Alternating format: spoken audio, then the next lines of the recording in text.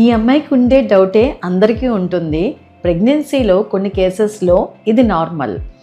బాడీలో ఫ్లూయిడ్స్ పెరుగుతాయి, uterus pressure వల్ల సర్క్యులేషన్ స్లో అవుతుంది, అందుకే యాంకిల్ దగ్గర స్వెల్లింగ్ కనిపిస్తుంది.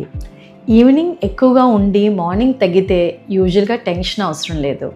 కానీ సడన్గా లెగ్ స్వెల్లింగ్ పెరిగితే, ఫేస్ లేదా చేతులు ఉబ్బితే మరియు హెడేక్, హై బీపీ ఉంటే ఇది ప్రీ ఎక్లాంప్షియా సిమ్టమ్ అయ్యి ఉండొచ్చు.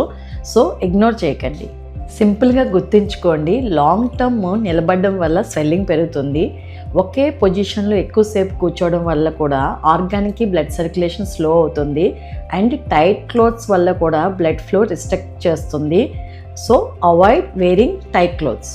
కొంచెం వాక్ చేయండి, దీనివల్ల సర్క్యులేషన్ ఇంప్రూవ్ అవుతుంది.